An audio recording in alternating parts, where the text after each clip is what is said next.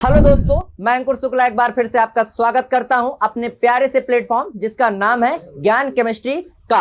ज्ञान केमिस्ट्री का प्लेटफॉर्म आप लोग के लिए एक बहुत ही बढ़िया प्लेटफॉर्म होके इस बार आया है, जहां पे आप देख रहे थे कि हमारे अंकुर सर लगातार अपनी टीम बना करके इस जो आपको एक क्लास आपको जो प्रॉपर में मिल रही है, इसके पीछे एक दो नहीं कई सारे लोगों की एक टीम चलती है, जिस टीम में कई लोग हैं जो हमारी और उनकी मेहनत आप तक ये अच्छी अच्छी वीडियो पहुंचाती है। तो आप लोगों से उम्मीद करता हूं कि ज्यादा से ज्यादा मात्रा में इस वीडियो को आप शेयर कीजिए अपने भाइयों के पास जो बोर्ड एग्जाम की तैयारी कर रहे हो, जो बोर्ड एग्जाम जिनको देना है आगे चल के, उनके पास इसको जरूर भेजिए। और आज की इस क्लास में हम आप लोग को बताने हैं हिंदी के एक बहुत ही बेहतरीन टॉपिक, और टॉपिक है इतना बेहतरीन है कि बताता रहूं ना, ये जो मैं हंस रहा हूं ये इसलिए हंस रहा हूं क्योंकि टॉपिक ही हंसने वाला है। हंसने का मतलब जिसमें आनंद उत्पन्न हो जाए। देखो टॉपिक का आज नाम क्या है, मैं इसकी परिभाषा लिखाने नहीं आया हूं, परिभाषा आप लोग पढ़ लोगे, मेन कॉन्सेप्ट बताने हैं क्योंकि अपने पास इतना समय है नहीं। टॉपिक आपको लिखाऊंगा नहीं, खाली मैं मुंह से बोल दूंगा, टॉपिक आप लोग सुन लेना। आप लोग को खाली आज मैं ये बताऊंगा कि इसका मतलब क्या होता है। आज आप लोग को बताने जा रहा हूं रस। रस का मतलब क्या है? जूस नहीं, ठीक है ना। हाँ, रस का मतलब क्या होता है कि जब किसी काव्य या किसी बात को या किसी शब्द को या किसी वाक्य को पढ़ने से कहीं ना कहीं मन में आनंद उत्पन्न हो जाए या कोई भावना उत्पन्न हो जाए, उसी भावना उसी आनंद को हम क्या कहते हैं? रस कहते हैं ना। इसको पढ़ने की बात ही अलग है, मतलब एक जिसे कहते हैं इंटरेस्ट हो किसी चीज को, कोई ऐसी बात कोई ऐसी चीज जो हमें किसी चीज को पढ़ने में मजबूर कर दे, उसमें इंटरेस्ट जगा दे। होता ना कि जैसे आप लोग हिंदी के कोई काव्य पढ़ो, तो जब आप हिंदी का कोई काव्य पढ़ते हो भैया, आप एक सिंपल से कोई बात बोलो, मजा नहीं आएगी, लेकिन उसको काव्यात्मक तरीके से उसमें अलंकार, उसमें रस, सभी चीजों का प्रयोग करो, फिर मुंह से कोई शब्द निकालो, फिर देखो उसकी बात ही अलग है। जो आपके सामने रामायण, भागवती, महाचरित पुराणी सारी चीजें होती है, इनमें जब चीजों को देखो ना तो इसमें रस, अलंकार सभी चीजों का प्रयोग होता है। इनके जब काव्य को सुनने लगो, पढ़ने लगो, तो लगता है कि हाँ कुछ दिक्कत ही नहीं है, कभी बैठ के सुनो। तो चलो, तो आज हम यहाँ पे क्या देखेंगे? रस के बारे में समझेंगे। तो रस की परिभाषा कभी आएगी नहीं, लेकिन रस का मतलब समझ लो कि जब किसी काव्य को पढ़ने से, जब किसी चीज को समझने या देखने से, जब किसी चीज को सुनने से कहीं ना कहीं मन में भाव उत्पन्न हो जाए, आनंद उत्पन्न हो जाए, तो सब किसी कैटेगरी में आते हैं? रस के कैटेगरी में आते हैं। 10 रस है यहाँ पे। इसको मैं आज क्या बताने जा रहा हूं, इन 10 का 10 रस के स्थायी भाव।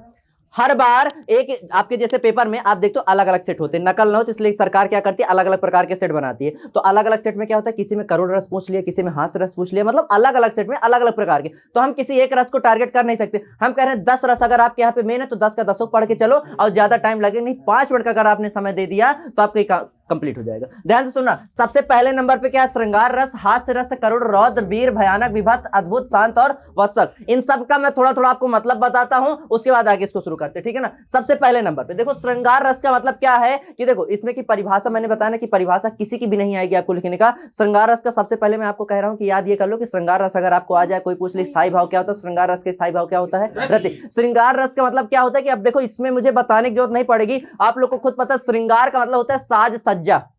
श्रृंगार का मतलब क्या होता है? सजावट। श्रृंगार का मतलब क्या होता है? सजावट। जहां पे साज सज्जा और सजावट की बात की जाए, श्रृंगार का मतलब कहते हैं ना श्रृंगार किए हैं। अब श्रृंगार जो नहीं कि औरतें ही करें, श्रृंगार जो नहीं, श्रृंगार का मतलब क्या होता है? साज सज्जा या सजावट की बात जिस रस में की जाती है वो रस कौन सा होता है?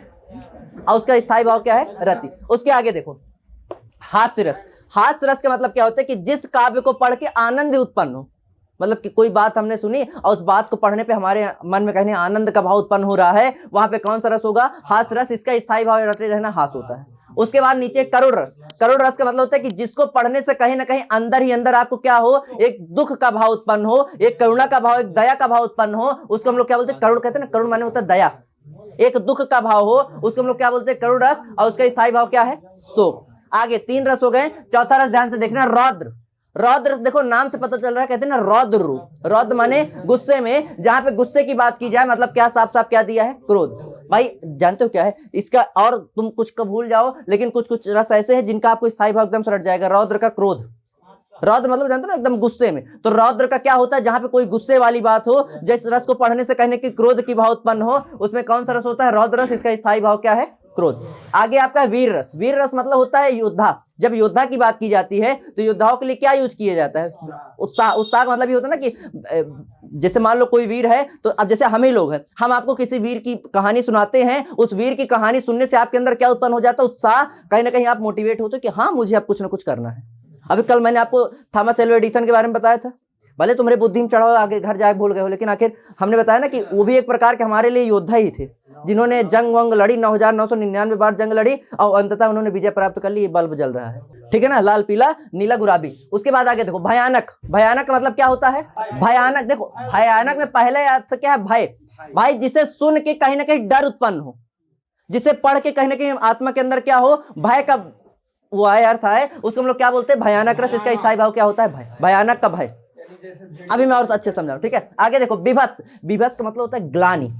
जैसे कि आप कहीं जा रहे हो, आप देख रहे हो कि कहीं मांस कोई काट रहा है, कोई किसी को जानवर को प्रताड़ित कर रहा है, तो उसको देख के कहीं ना कहीं ग्लानि अंदर से घृणा होती कि नहीं होती? उस घृणा को बोलते हैं विभत्स रस। इसका क्या है? स्थायी भाव क्या होता है? जुगुप्सा। इसका मतलब क्या होता है? देखो और तो आप लोग याद रखोगे, इसका मतलब होता है ग्लानि, ठीक है, जिसमें घृणा का भाव उत्पन्न हो। कुछ चीजें मैं लिखे दे रहा हूं, देखो ये सब तो आप नहीं भूलोगे, लेकिन इतना पता भूल भी जाओगे तो वीडियो रिकॉर्ड हो रही है, आप उसमें देख सकते हो, मेरी बात आवाज रिकॉर्ड हो रही है। बाकी जुगुप्सा का मतलब क्या होता है कि जब किसी को देख करके, किसी काव्य को पढ़ के कहीं ना कहीं ग्लानि, कहीं ना कहीं अंदर से मांस वास को नहीं देखते, कोई काटता मारता तो अंदर से घृणा टाइप की होती, उस वहां पे कौन सा रस होगा? विभत्स। इसका स्थायी भाव क्या है? अद्भुत। अद्भुत का मतलब जानते ना? अद्भुत मतलब आश्चर्यचकित कर देना, कोई ऐसी बात जो हमें आश्चर्यचकित कर दे। आश्चर्यचकित करने का मतलब नहीं होता अचानक से, जैसे एक बात मान लो, अचानक से जैसे मान लो तुम्हारे कोई रिलेशन के हैं जिनको तुम्हें अंदाजा नहीं कि कभी तुम्हारे पास आएंगे, तुमसे कभी मिलने आएंगे, लेकिन अचानक से तुम जा रहे हो, अचानक से तुमने उनको देखा तो एकदम से तुम आश्चर्यचकित हो गए कि यार ये कैसे, तय कैसे ही है, अरे मैं ऐसे होता ना, तो वहां पे किसका भाव उत्पन्न होता है? आश्चर्यचकित कर देने वाला, ठीक है ना। अब इतने समय वो कहा था ना एलियन आवा है, तो ये लोगों को आश्चर्यचकित कर रहा है, जो कि है नहीं ऐसी बात, ठीक है ना। अभी बता रहे आगे।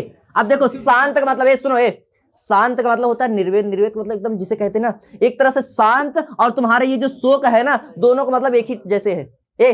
शांत का मतलब क्या होता है कि जहां पे, निर्वेद का मतलब जिसे कहते हैं ना कि एकदम दुख की पीड़ा हो, जहां पे कोई बात किसी से कहा ना जाए, जिसमें कहते हैं ना एक प्रकार के शोक टाइप के, एकदम शांति का भाव, जिसे कहते हैं ना कोई काव्य पढ़ो, जिस काव्य को पढ़ने से कहीं ना कहीं अंदर एकदम शांति का, ना गुस्से का, ना आनंद का, ना किसी चीज का भाव उत्पन्न हो, उसको हम लोग कौन सा रस बोलते हैं? शांत रस। इसका हमारा क्या होता है? निर्वेद, ठीक है ना। निर्माने किसी भी प्रकार का कोई वो नहीं, निर्माने क्या होता है? किसी भी प्रकार का कुछ नहीं, ना हंसी ना खुशी ना कुछ भी नहीं। आगे लास्ट है वत्सल। वत्सल शब्द का अर्थ किस चीज के लिए है? जब माता पिता अपने किसी छोटे बच्चे से, माता पिता जब अपने किसी छोटे बच्चे से या किसी छोटे बच्चे से जब प्रेम की भावना उत्पन्न करते हैं, सुन लो, वात्सल का मतलब क्या होता है कि जब माँ बाप अपने छोटे बच्चे से प्रेम की भावना में करते ना, एक प्रेम की बात होती है, तो वहां पे किस रस का प्रयोग किया जाता है? वत्सल रस का। और इसका स्थायी भाव क्या? वात्सल। वत्सल का वात्सल, शांत का निर्वेद, अद्भुत का विस्मय, विभत्स का जुगुप्सा, भयानक का भय, वीर रस का उत्साह, रौद्र का क्रोध, करुण का, हास्य का और श्रृंगार का रति। ये सारे स्थायी भाव आप लोग रट लो, 1 नंबर 2 नंबर। आज से मुझे इतना पता है आपका क्लियर। तो चलिए ठीक है, मिलते हैं आप लोगों से एक अगली वीडियो में, तब तक के लिए जय हिंद जय Bharat, thank you, have a nice day. और बहुत ही बेहतरीन वीडियो और आने वाली, इसको जल्दी जल्दी देखो, पीछे पीछे वो भी आ रहे, ठीक है ना। Thank you.